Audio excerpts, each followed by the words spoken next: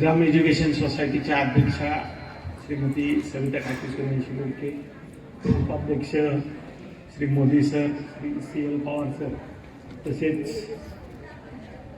ज्येष्ठ आपले संचालक पटवर्धन सर, महेंद्र भैया, प्रकाश पराळकर सर, शिवाजीराव बेडके तात्या आणि एअर गुरुजीचे प्रताप पवार, राजेंद्र खवळे यांच्याचबरोबर आपल्या सर्व शाखांचे प्राचार्य, त्याचबरोबर उपस्थित पत्रकार, सर्व शिक्षक, शिक्षकेतर कर्मचारी आणि विद्यार्थी मित्रमैत्रिणी, आज आपल्या श्रीराम एज्युकेशन सोसायटीच्या माध्यमातून गेल्या 2024 जुलै महिन्यामध्ये आपण एअर गुरुजी यांच्या बरोबर त्यांना इथं आर्टिफिशियल इंटेलिजन्स आणि रोबोटिक्स याचं शिक्षण देणारी लॅब सुरू करण्याची संधी दिली आणि त्यांनी पहिल्या टप्प्यामध्ये आपल्या यशवंतराव चव्हाण हायस्कूलमध्ये ते सगळं सुरू केलेलं आहे.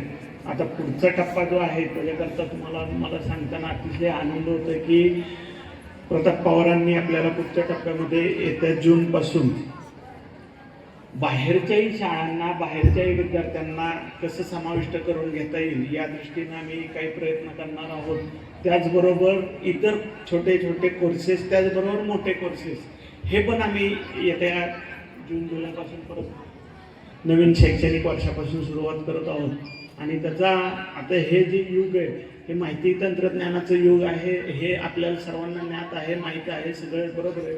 पण त्याच्याही पुढे जाऊन आर्टिफिशियल इंटेलिजन्स, रोबोटिक्स हे आता काळाची गरज बनणार आहे आणि त्याकरता प्रत्येक माझा ग्रामीण भागातला विद्यार्थी सक्षम झाले पाहिजे आणि तिथे ते लोक कुठं मागे राहिले नाही पाहिजे, अशा पद्धतीने आमचे प्रयत्न राहतील.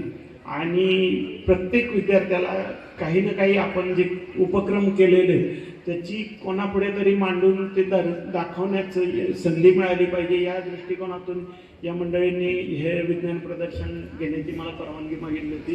हे फक्त विज्ञान प्रदर्शन नाही आहे, तर त्याच्यातून त्यांनी स्पर्धा पण ठेवलेली आहे. जे अतिशय चांगल्या पद्धतीचे उपक्रम आहेत त्याला ही मंडळी चांगले भरघोस अशा पद्धतीचं पारितोषिक पण देणार आहेत, ज्यातून विद्यार्थ्यांना प्रेरणा मिळेल आणि ते अजून काहीतरी वेगवेगळ्या पद्धतीने इथं आपल्या पुढं नवीन काही प्रयोग मांडण्याची प्रयत्न करतील. त्याचबरोबर इतर उद्या त्यांच्या जीवनात सुद्धा ते काहीतरी चांगलं वेगवेगळं करून दाखवण्याकरता प्रवृत्त होतील, यासाठी आम्ही सर्व मंडळी प्रयत्नशील आहोत.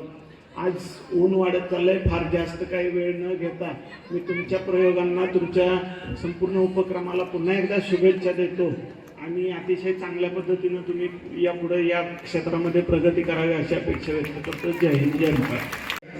आणि मी खरं तर भैयासाहेबांचं मनापासून आभारी आहे, कारण की आता भारतात 2025 पासून AI जनरेशन सुरू झालेले आहे आणि आपले भैयासाहेबांनी गेल्या वर्षी एक दृष्टिकोनातूनच आपल्या शाळेला लॅब घेण्यास मान्यता दिली.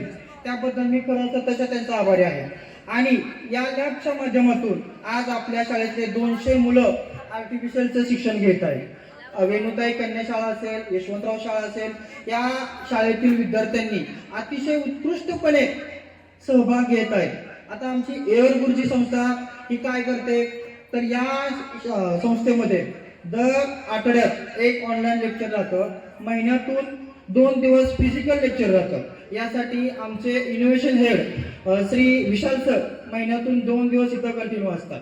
मुलांना कोणत्याही प्रकारची अडचण असेल, कोणत्याही प्रकारचं मॉडेल मेकिंगमध्ये अडचण असेल, त्याला आम्ही सहकार्य करतो. तसेच इथून पुढेही पुढच्या वर्षी आमच्या संस्थेकडून आमचे CEO प्रताप सर म्हटलं की आपण या संस्थेला भरपूर प्रमाणात सहयोग करणार आहोत. त्यामुळे तुम्ही आता फक्त तयारी दाखवा. गव्हर्नमेंटनं तर सांगितलेलंच आहे की 2025 हे AI जनरेशन सुरू केले. जसं थोरात सरांनी आता सांगितलं की 2025 ते 39 म्हणजे तुमची पिढी हे AI पिढी म्हणून समजलं जाणार. मग आता आपण तर सुरुवात केलेली आहे, त्यामुळं आपला जिल्हा हा AIच्या बाबतीत अग्रेसर असला पाहिजे, त्या जिल्ह्यामध्ये तालुका अग्रेसर असला पाहिजे. त्यामुळे आपण आपल्या विद्यार्थी तसंच पालकांनीही लक्ष मनापूर्वक म्हणजे मनापासून ठरवलं पाहिजे की मुलांना आता कुठल्या शाळेत टाकलं पाहिजे. मराठी मीडियमची मुलंही आता सगळ्या गोष्टीत पुढे आहेत. साहेबांनी बघितलं असेल की जी मुलं मराठी शाळेत आहेत त्या आज आर्टिफिशियल म्हणजे टेक्नॉलॉजी भाषा वापरतात. कन्या शाळेतल्या मुली आम्हाला तर इतक्या आवडतात की त्या 5वीच्या मुली आम्हाला खूप त्रास द्यायच्या. सकाळी फोन, संध्याकाळी फोन, सर मला हा प्रॉब्लेम येतो, मला तो प्रॉब्लेम येतो. मुलांच्या शाळेत तोच प्रॉब्लेम. गेल्या वेळेस मी साहेबांचा एक शब्द ऐकला होता. मला म्हटले सर हे खरं करतील का? पण आज त्यांनी बघितलं असेल इथे जे प्रोजेक्ट आहेत याच्यामध्ये आम्ही त्यांना कोणतीही मदत केली नाही. ते या लॅबमध्ये शिकलेले आहेत.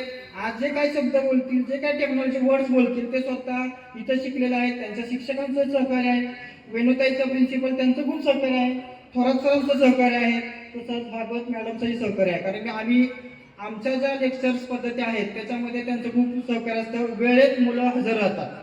याचा अर्थ मुलंही ऍक्टिव्ह झालेली आहेत. इथून पुढेही त्यांनी असंच आम्हाला सहकार्य करा.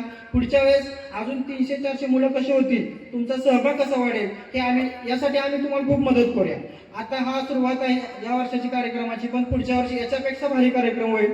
आणि मी जास्त वेळ न घेता मी माझे 2 शब्द संपवतो.